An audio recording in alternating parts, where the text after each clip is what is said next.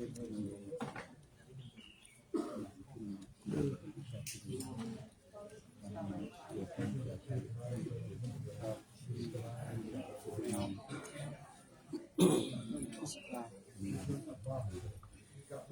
ทโธสัพพัญโยตายาโนธัมโมโลกุตโรวะโลสังโฆมาคาภาลาโตจะอิจิตังรัตนาตายังเอกสะอนุภาเวนัสสะพะทุกขาอุปัฏฐวะอันตรายาจันนาสันตุสัพพะโสทิภวันตุโน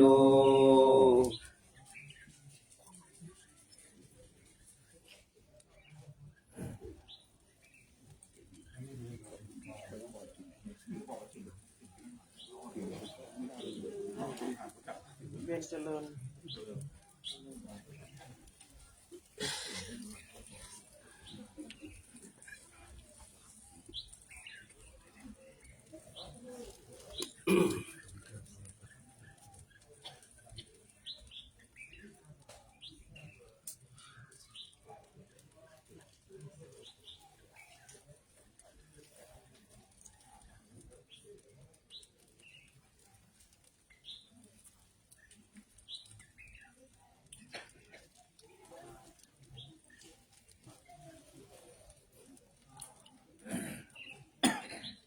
นะโม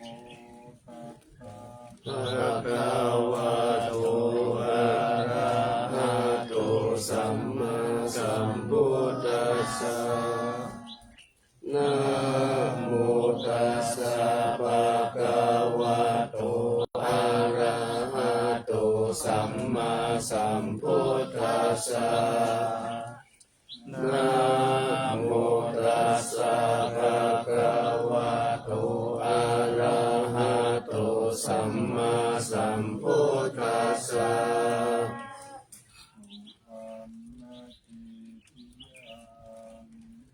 เอสาวะมัทธลุงกังวารัญญาคารุสุเทวานามกังนาราเทเวหิสัพพะปุจิตังอาหังวันทามิสัพพะตาปัญญาวะอาสังหิเทวะจันทิมาอิวัฏฐายาติตาตาตาเยศาสนานิยานิเกติโมฆะปัตตมาวารังอาปายานิวารานังอาลาหังสัพพะโสภานังปัฏฐมังอุปัชฌังคหาติตวา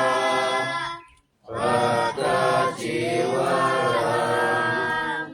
ยังยังชะตังสังฆมัชเชพุทธัสสะวะ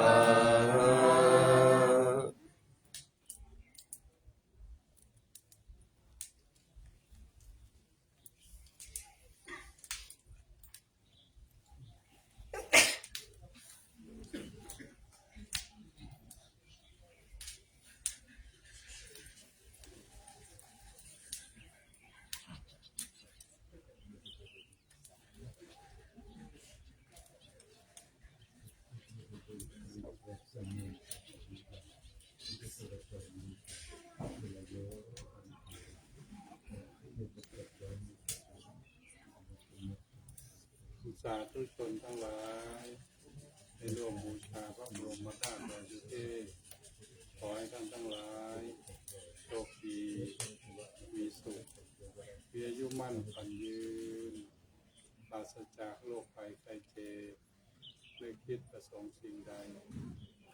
สำเร็จสมใจปรารถนา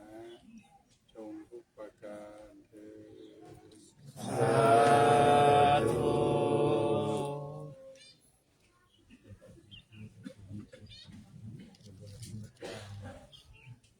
สาธุ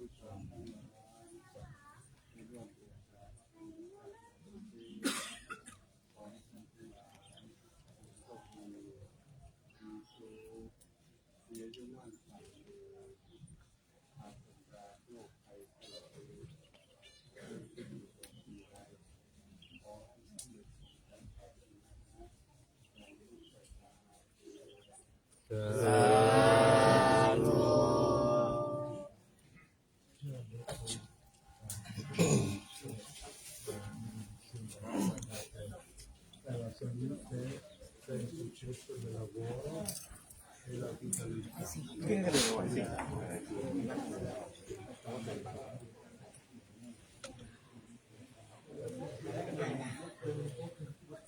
Ừ.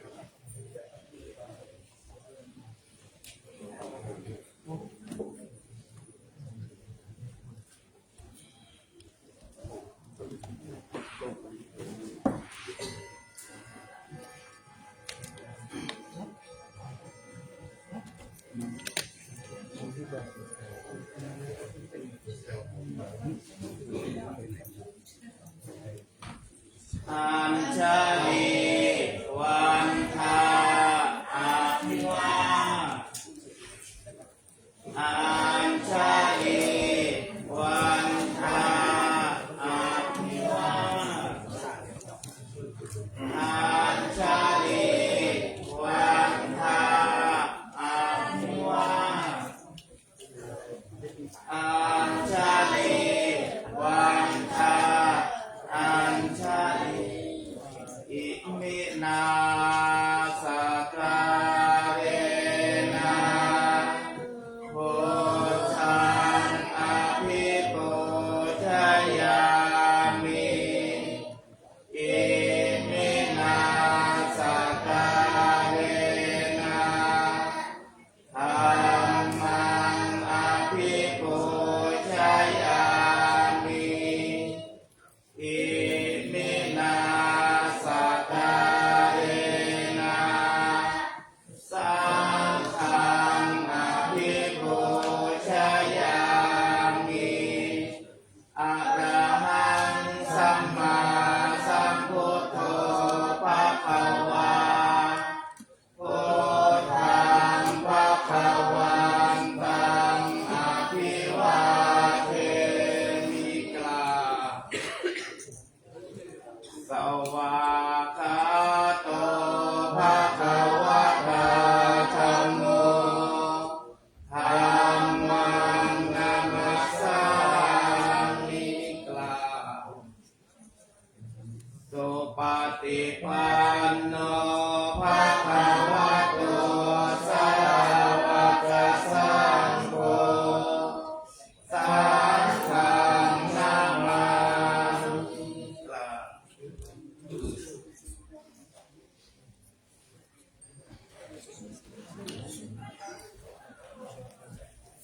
เชิญร่วมสดับรับฟังพระธรรมเทศนาโดยพร้อมเพรียงกันณบัดนี้รัมมาชโลกาธิปติสัมปติกัญชลีอันทิวรังอยาจาธาสันติทาสันตาปรชักขชาติกาเทเสตุธรรมังอนุกรรมปิมังปะชัง นะโมตัสสะภะคะวะโตอะระหะโตสัมมาสัมพุทธัสสะนะโมตัสสะภะคะวะโตอะระหะโตสัมมาสัมพุทธัสสะนะโมตัสสะภะคะวะโตอะระหะโตสัมมาสัมพุทธัสสะโยจะวัจจะสตังชีเวกุสิโต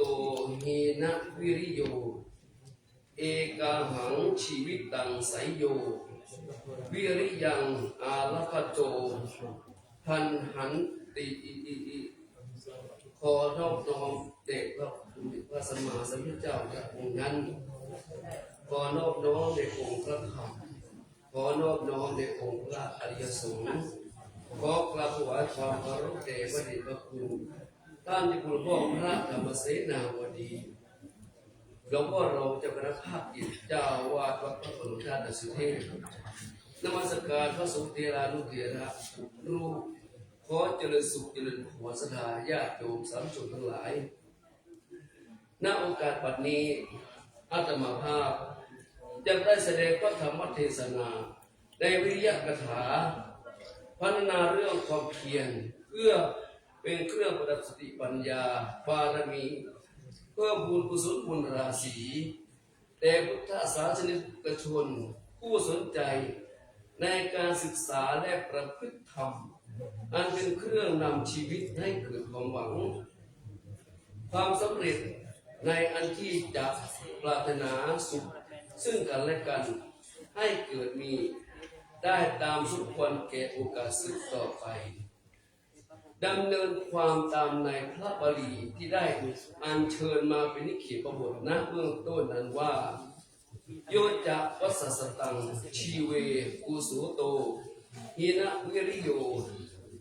เอกาหังชีวิตังไสยโยวิริยังอรปโตทันหติซึ่งแปลความว่าผู้เกียจคร้านมีความเพียรเลวพึงเป็นอยู่ตั้ง100 ปีส่วนผู้ปรารถนาความเพียรมั่นคงมีชีวิตอยู่เพียงวันเดียวก็ประเสริฐกว่าดังนี้คำว่าความเพียรตรงกับภาษาบาลีว่าวิริยะซึ่งมีความหมายถึงความพยายามความกล้าที่จะลงมือทำภาวะของผู้กล้าเป็นแนวทางให้ดำเนินไปสู่ความสำเร็จตามประสงค์ลักษณะของผู้ที่มีความเพียรเมื่อทำงานก็จะทำด้วยความภาคเพียรพยายามทำด้วยความสนุกกล้าหาญกล้าเผชิญกับความทุกข์ยากปัญหาและอุปสรรคที่จะเกิดขึ้นหากมีอุปสรรคก็ขัดข้องใดๆก็เพียรกำจัดปัดเป่าไปให้สุดสิ้นโดยไม่ย่อท้อไม่สิ้นหวัง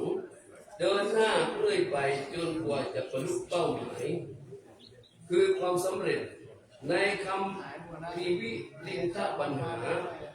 พระมิลินได้ตรัสถามปัญหากับพระนาคเกษตรถึงลักษณะของวิริยะคือความเพียรว่าคืออะไรมีลักษณะอย่างไรซึ่งพระนาคเกษตรได้วิสัชนาปัญหาไว้อย่างแจ่มแจ้งว่ามหาปพิธความเพียรมีการค้ำจุนไว้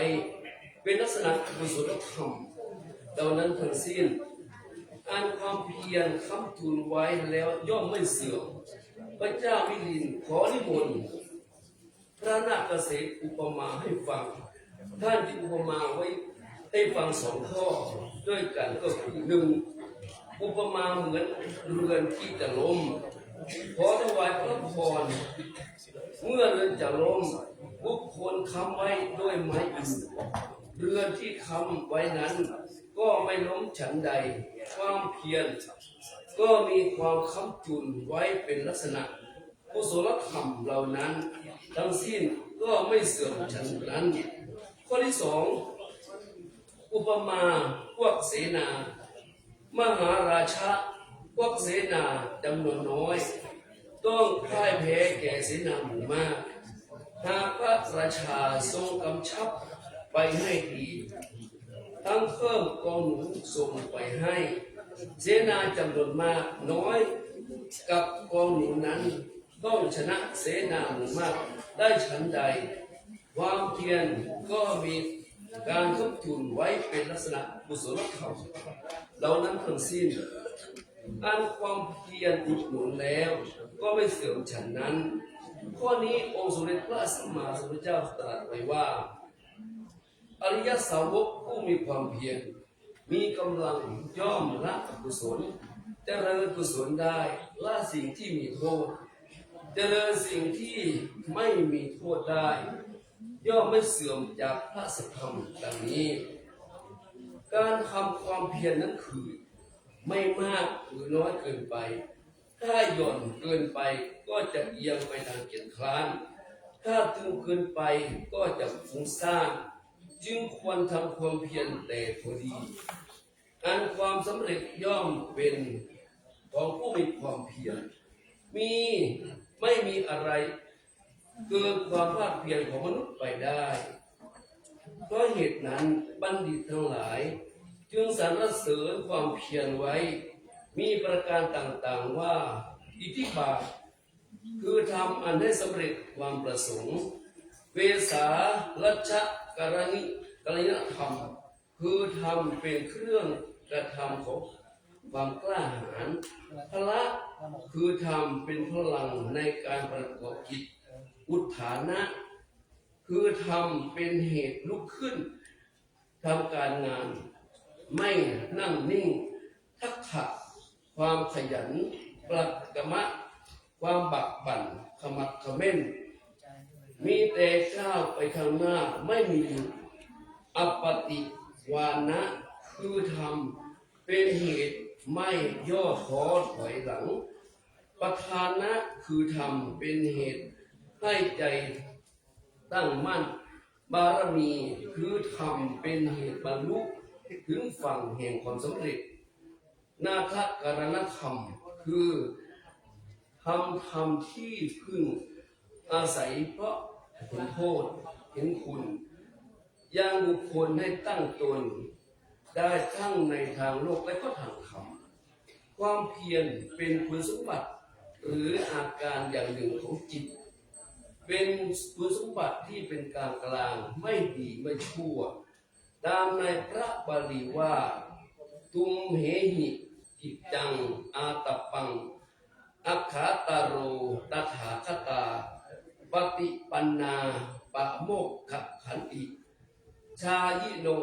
มาระพันธนาแปลความว่าท่านทั้งหลายต้องทำความเพียรเองตถาคตเป็นแต่ผู้บอกผู้มีปกติเพ่งพินิจดำเนินไปแล้วจะพ้นจากเครื่องผูกของมารได้อธิบายความว่าแม้คำสอนขององค์สมเด็จพระสัมมาสัมพุทธเจ้าจะเลอเลิศเพียงใดก็จะไม่สำเร็จโดยประโยชน์ใดๆโดยแก่มนุษย์หากปราศจากความเพียรพยายามลงมือประกอบกิจการงานนั้นเองมนุษย์เมื่อเกิดมาแล้วย่อมต้องประกอบอาชีพการงานเลี้ยงชีวิตและสิ่งที่มนุษย์หลีกหนีไม่ได้ก็คือทุกข์จากการหาเลี้ยงชีพเมื่อเป็นเช่นนี้สิ่งที่มนุษย์พึงทำในเหตุทั้งสองประการนี้คือ1. ประกอบกิจในหน้าที่การงานให้ประสบความสำเร็จคนที่ทำงานแล้วแต่กิจที่ทำนั้นไม่ก้าวหน้าไม่สำเร็จเพราะขาดการปรารภความเพียรซึ่งท่านเรียกว่าวิริยาลัมภะอันเป็นคุณธรรมที่ทำให้บุคคล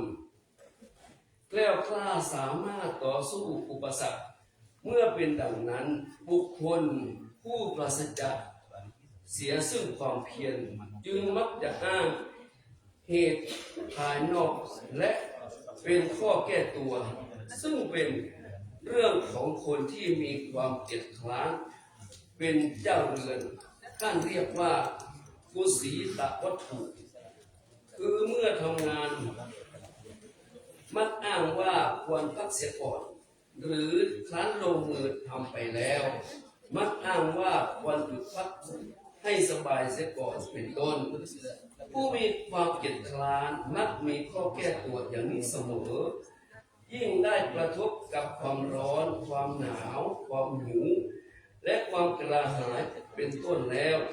ก็ย่อมจะเอาเรื่องเหล่านั้นมาเป็นข้ออ้างจนทำใจให้อ่อนแอท้อแท้ไม่สามารถคิดอ่านหาหนทางแห่งความเจริญหรือความก้าวหน้าในชีวิตให้แก่ตนเองได้มีแต่ทำตนให้ตกอับเรื่อยไป ดังในที่สมเด็จพระผู้มีพระเจ้าตรัสไว้ในปราวะสูตรสุตตนิบาตอังคุตรนิกายว่านิทาสี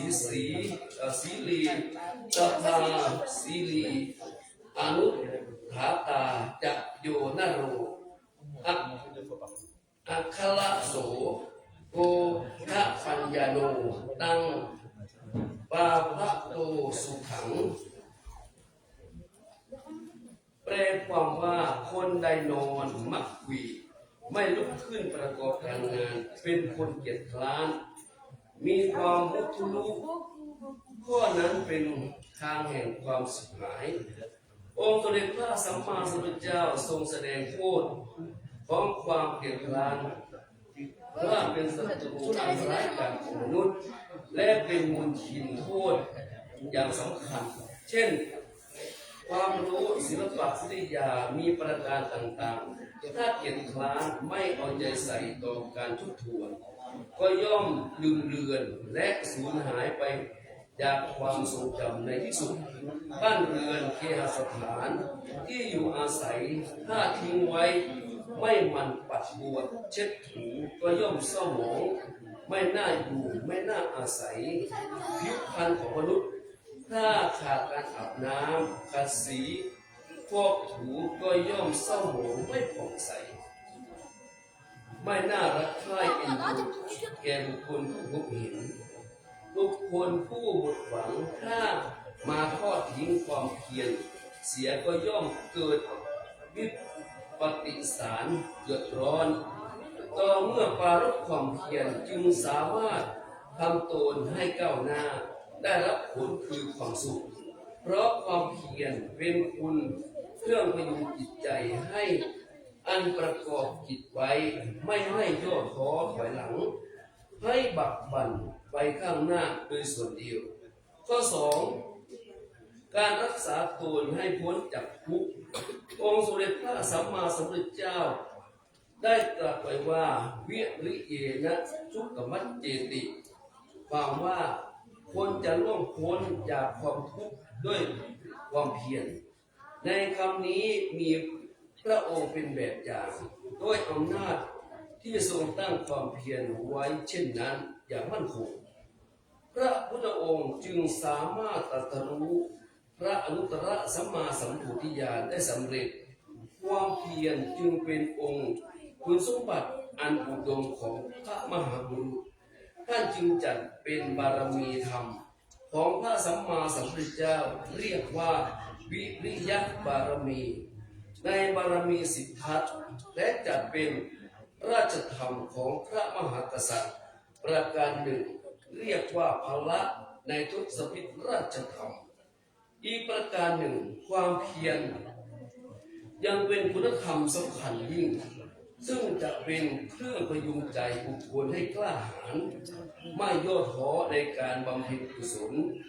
ดังตรัสแสดงไว้4อย่างคือเพียรระวังไม่ให้บาปเกิดขึ้นในสันดานหนึ่งเพียรละบาปที่เกิดขึ้นแล้วหนึ่งเพียรบำเพ็ญกุศลให้เกิดขึ้นในสันดานหนึ่งเพียรรักษาสุขกุศลที่เกิดขึ้นแล้วไม่ให้เสื่อมหนึ่งความเพียรทั้ง4อย่างนี้เมื่อรวมกล่าวไว้สั้นก็คือเพียรละความชั่วและเพียรทำความดีโดยสรุปง่ายๆแก่การจำก็คือเพียรละเพียรระวังเพียรบำเพ็ญเพียรรักษาดังนั้นเมื่อชีวิตมนุษย์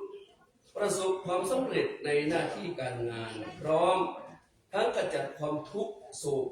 ออกไปจากใจของตนได้ก็ถือว่าเป็นของขวัญอันล้ำค่าสำหรับการเกิดมาเป็นมนุษย์แล้วเพราะฉะนั้นหากผู้ใดมีความเพียรเป็นนิมิตเป็นสัญลักษณ์เครื่องหมายอยู่ในจิตใจแล้วย่อมสามารถจะประหาร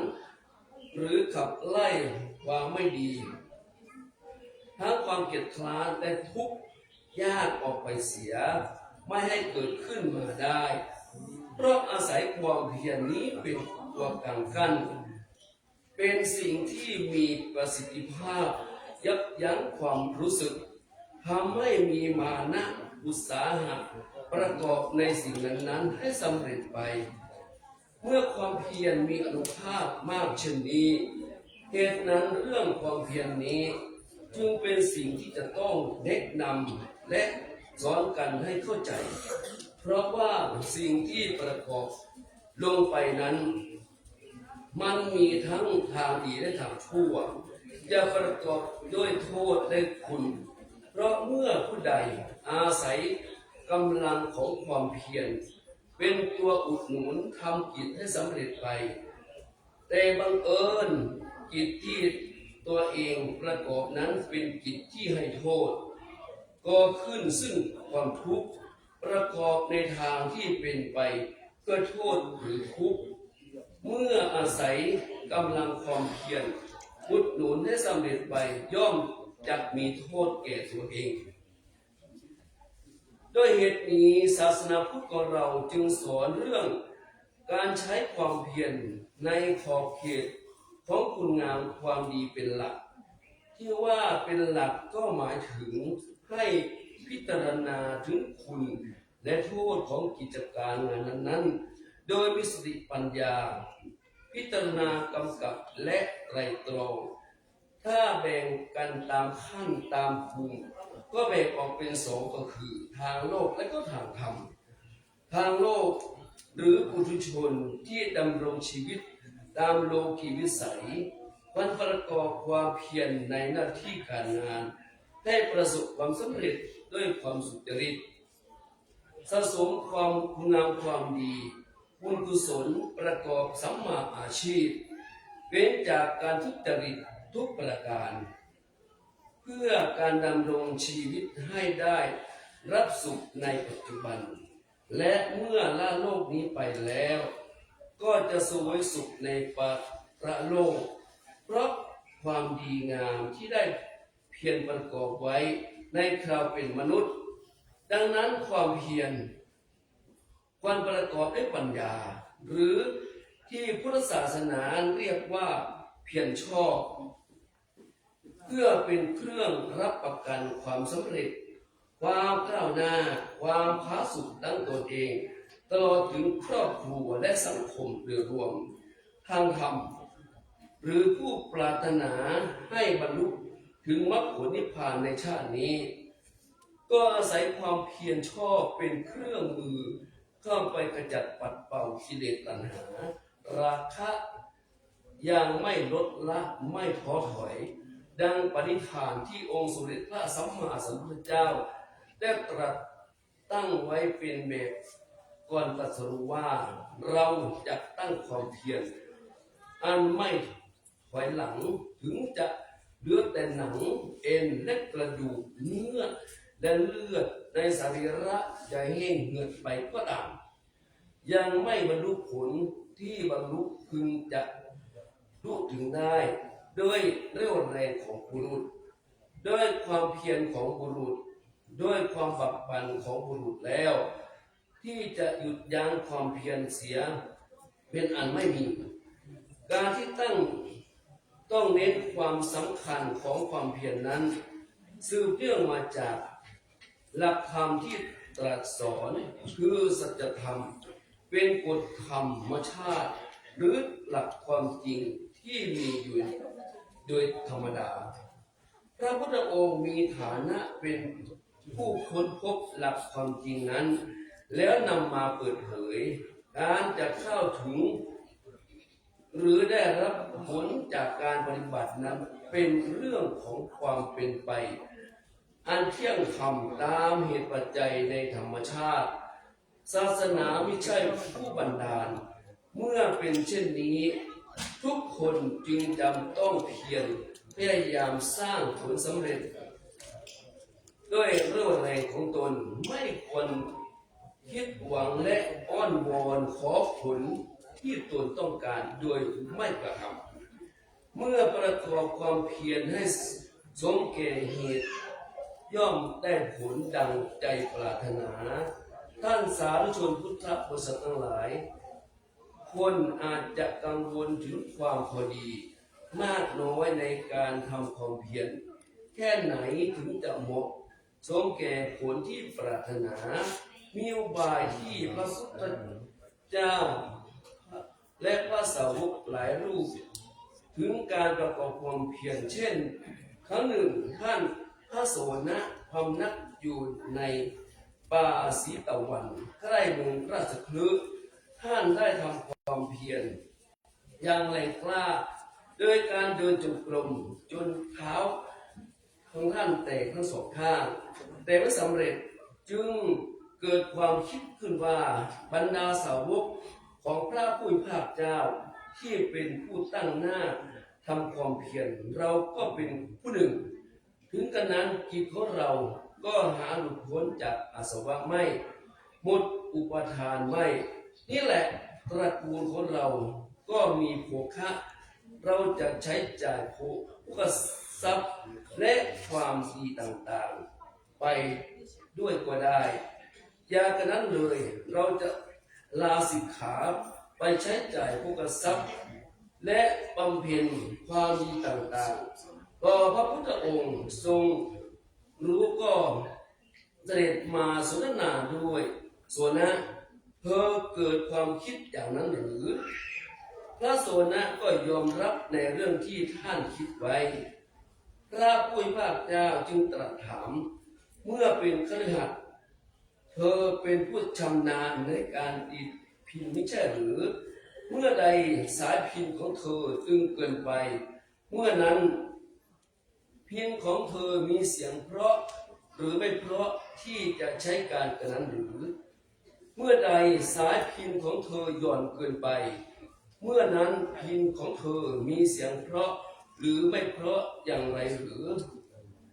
พระโสนะท่านก็กราบทูลว่าใช้ไม่ได้พระเจ้าค่ะพระพุทธองค์จึงตรัสว่าเมื่อใดสายพิณของเธอไม่ตึงเกินไปไม่หย่อนเกินไปตั้งอยู่ในระดับพอดีเมื่อนั้นพิณของเธอจึงจะมีเสียงไพเราะหรือเหมาะที่จะใช้การใช่หรือไม่พระโสนะท่านก็กราบทูลว่าถูกแล้วพระเจ้าค่ะพระพุทธองค์จึงตรัสสอนว่าฉันนั้นเหมือนกันโสนะ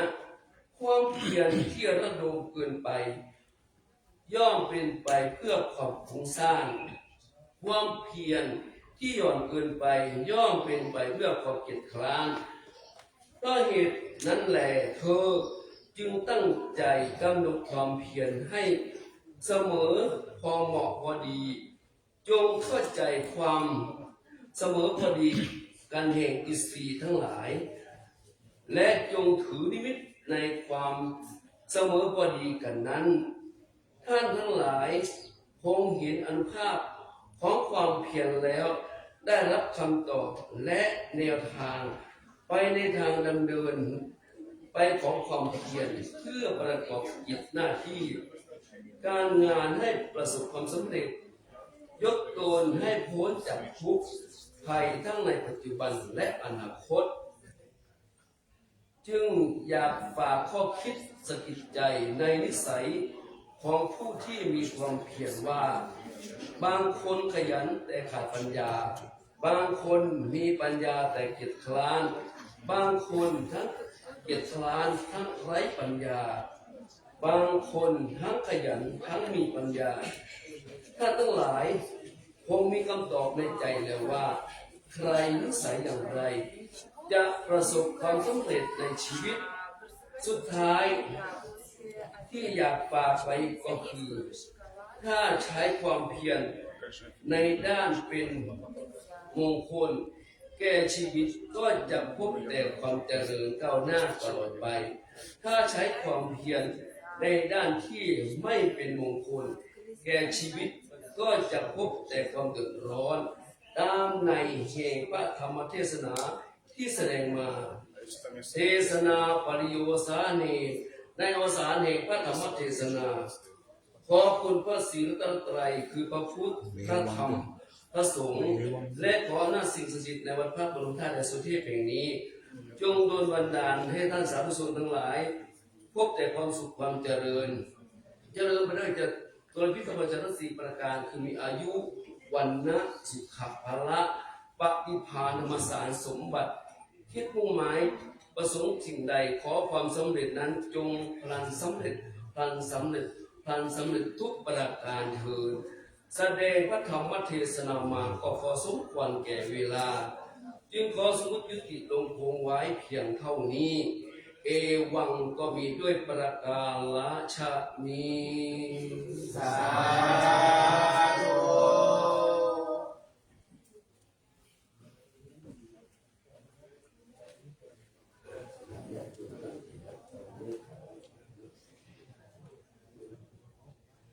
ยะถาวาริวหาปุราปาริปุเรนติสาครังเอวะเมวะอิโตทินังเปตานังอุปกปปติอิจิตังปริตังตุมังคิปะเมวะจมิสตุสัพเพปุริตุสังกปาจันโทปนารโสยะถามณิโชติระโสยะถาสัพพิติโยวิวัชชันตุสัพพะโรโควินัสสันติมาเตภวัตวันตรายโยสุขีทีคายุบุภวะอาภิวาตนาสีลิสนิจังพุทธาปัจจายโนจัตตารโอธรรมาวัตตันติอายุวันโนสุขังคะลังสาธุ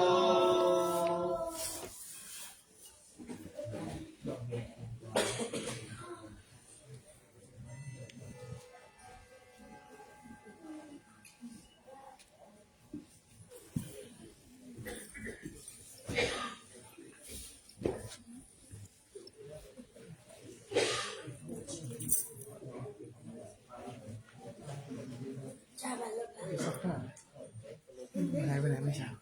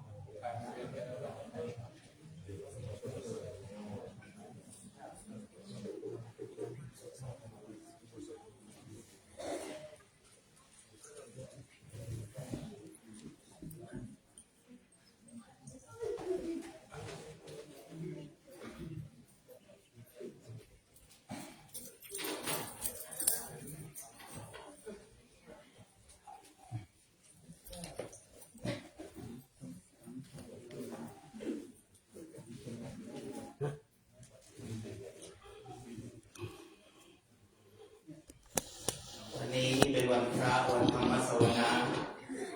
ศรัทธาสาธุชนหรือว่านักท่องเที่ยวท่านใดที่จะร่วมเวียนเทียนกับคณะสงฆ์วัดพระธาตุดอยสุเทพราชวรวิหารก็ขอเรียนเชิญณบัดนี้ครับผมพระสงฆ์จะนำท่านนักท่องเที่ยวทุกท่านประทับศีลเวียนเทียนรอบองค์พระสวรรณเจดีย์พระบรมธาตุดอยสุเทพจำนวน3 รอบครับผม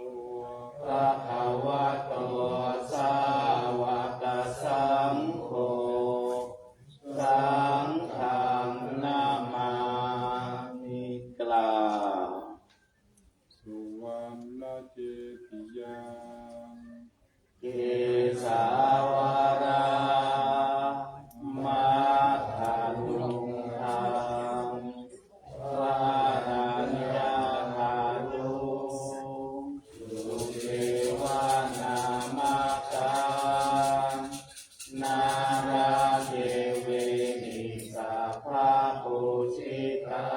งอาหังวันทานิสาปาทา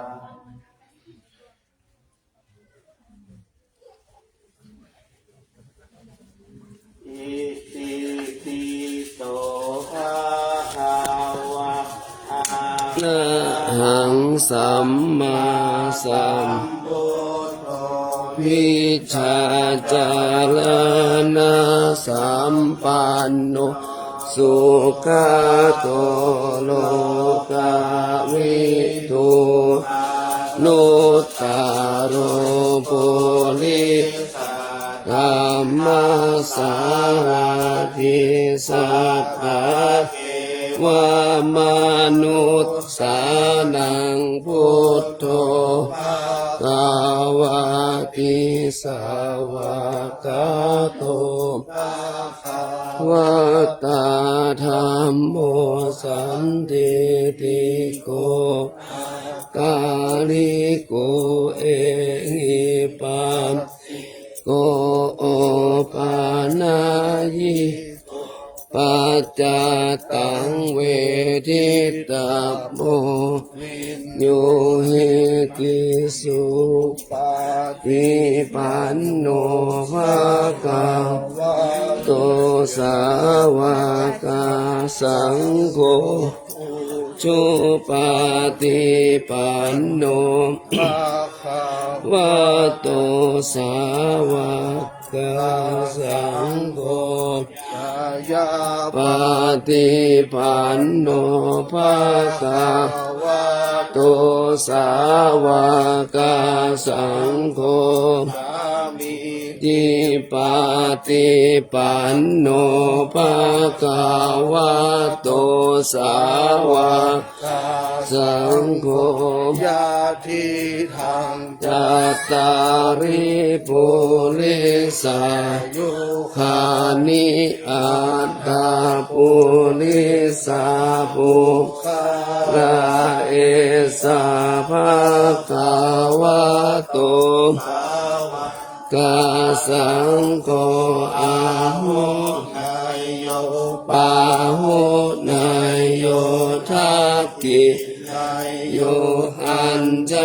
ลิกาลานิโยอนุตตรังปุญญเขตังโลกัสสติภะคะวะอะระหังสัมมาสัมพุทโธวิชาจารณะสัมปันโนสุขโตโลกวิทูอนุตตโรปุสัตตัมมาสารทิสัตวามนุสสานังพุทโธภะคะวะสาวกขาโตภะคะวะตาธัมโมสันติติโกอาการิโกเอหิปัสสิโกโอปานายิปัจจตังเวทิตาโพโยหิติสุป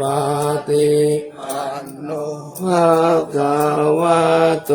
สาวกสังโฆปฏิปันโนภะคะวะโตสาวกสังโฆปฏิปันโนภะคะวะโตสาวกสังโฆสามิติปฏิปันโนภะคะวะโตสาวกสังโฆยะทิตังจัตตาริปุริสายุคานิอัตตาปุริสาปุระเอสาภะคะวะโตสาวกสังโฆหาหุนายโยปาหุนายโยท ทักขินายโยอันชา ลิกาลานิโยอนุต ตา ลังพุญญาเกตังโล โลกาสา ติ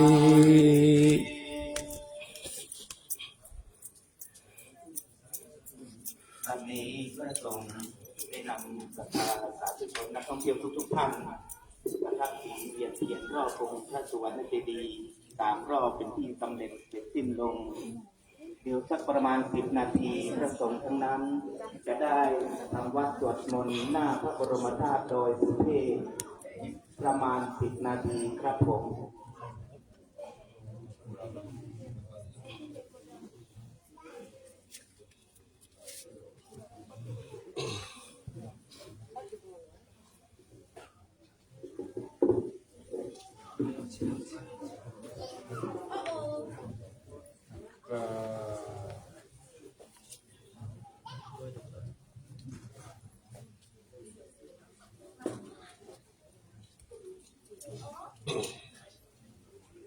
นะโม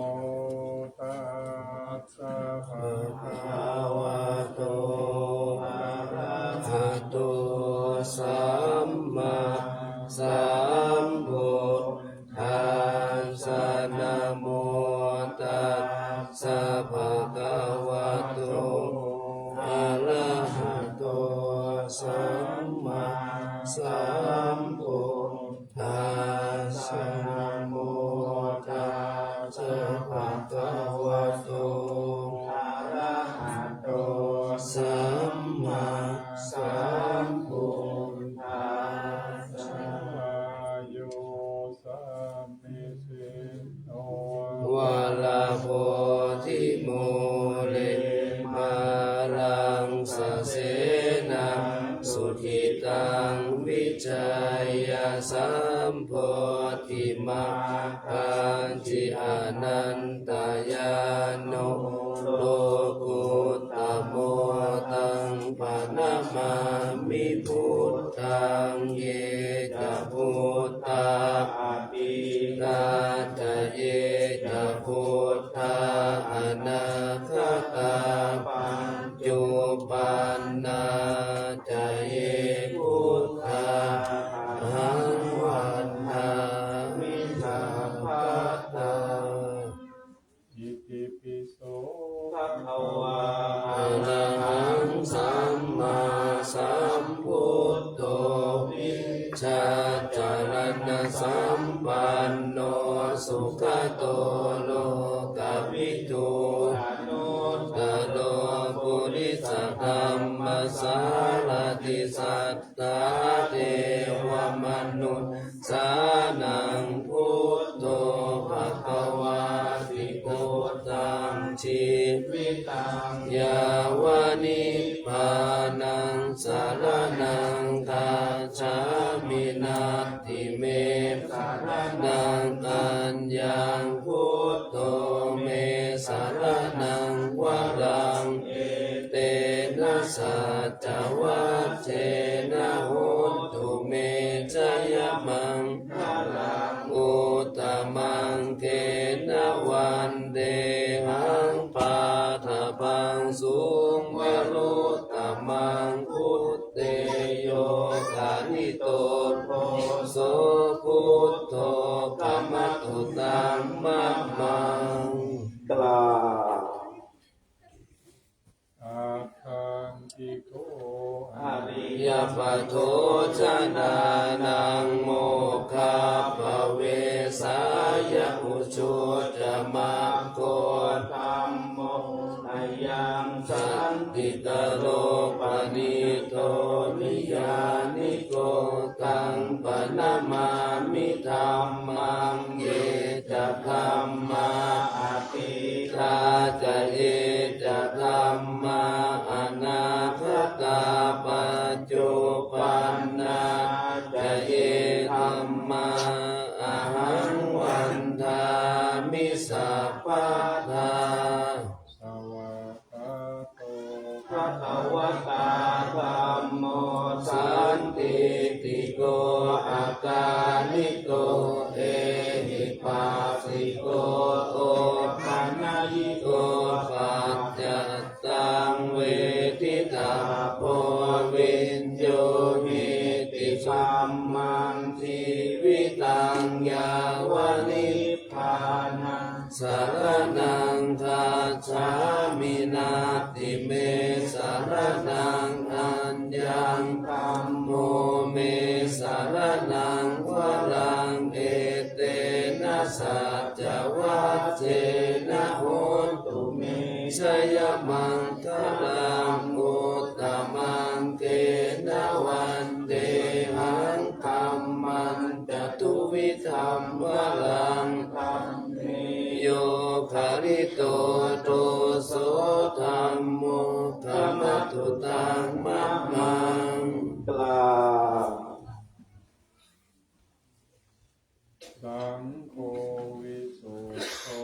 วะระ ภาคินายโยสันติติโยสัพพะ ปะ ติโต โต เนหิเนเกติสมมิทิปัตโตอนาสโวตังปนามามิสังฆังเยจะสังฆาอติตาจะเยจะสังฆาอนาคตาปัจจุบันนาจะเยสังฆาอาหังวันทามิสัพพะตา สุปฏิปันโน ภะคะวะโตสาวกสังโฆอุชุปฏิปันโนภะคะวะโตสาวกสังโฆญาญาปฏิปันโนภะคะวะโตสาวกสังโฆสามีจิปฏิปันโนภะคะวะโตสาวกสังโฆยติตังจัตตาริปุริสยุคานิอัตถปุริสปุคคลาเอสัพพะคะวะโตสาวกสังโฆอาหุนายโยปาหุนายโยทักขินายโยอัญชลิกรณิโยอนุตตรังยะเขตังโลกัสสติสังฆังชีวิตังยาวนิพพานังสารนังทัจฉามินาติเมสารนังอัญญังสังโฆเมสารนังวรังเอเตนะสัจจวัจเจนะโหนตุเมชยมังคลังอุตตมังเกนะวันเดหังสังกัญจตุวิตุตมังสังเอโยคาริโตโทโสสังโฆธัมมตุตังมะมังอิเจวะมัจจันตนะมัสสนัยยังนะมัสสมาโนรัตนะทายังยังปุญญาวิสังขังวิปุลังอนาคังตัสสานุภาเวนะหะรันตรายโย กล่าว วันทามิโกธัม สัพพังเมโตสังฆามาธาเมพันเตวันทามิธัมมังสัพพังเมโตสังฆามาธาเมพันเตวันทามิธัมมังสัพพังเมโตสังฆามาธาเมพันเตวันทามิกุโรโอปัจจายาจาริเยสัมปังเมโตสังฆามาธาเมพันเตวันทามิกัมมัฏฐานังสัมปังเมโตสังฆามาธาเมพันเตวันทามิอาลาเมพันธาสีมายังสัพพังเมโตสังฆามาธาเมพันเตวันทามิเจติยังสัพพังสัพพัทธาเนสุปฏิติตาสาริลาธาตุมหาโพธิพุทธารู สักกาลังสัทธานาโลเกเทวาโลเกพรหมาโลเกชัมพูติเปลังตาตุโยเกสาตาตุโยอาละหันตาตาตุโยเจติยังคันธาจตุลสิทธิสหเสธัมมขันเทสัพเพสัมปาราเจยังอาหังวันทามิสัพพะโส กราบหนึ่งกราบสองกราบสามพระสงฆ์ทั้งนั้นได้นำปฏิสินเวียนเทียนรอบองค์พระสุวรรณเจดีย์พระบรมธาตุดอยสุเทพ3 รอบเป็นที่สำเร็จเสร็จสิ้นลงด้วยเดชบุญอำนาจคุณพระศรีรัตนตรัยอันมีคุณพระพุทธพระธรรมพระสงฆ์บารมีองค์พระสุวรรณเจดีย์พระบรมธาตุดอยสุเทพจงอภิบาลปกปักรักษานักท่องเที่ยวทุกท่านที่ได้ขึ้นมากราบนมัสการจงได้พบจากความสุขความเจริญของตัวท่านเองและครอบครัวบุญกุศลจงรักษาเทวดาจงคุ้มครองให้หมดทุกข์หมดโศกหมดโรคหมดภัยเดินทางกลับภูมิลำเนาเคหสถานบ้านช่องขอให้เดินทางกลับโดยสวัสดิภาพปลอดภัยคิดหมายประสงค์สิ่งใดขอให้สมดังใจปรารถนาทุกประการด้วยเถิด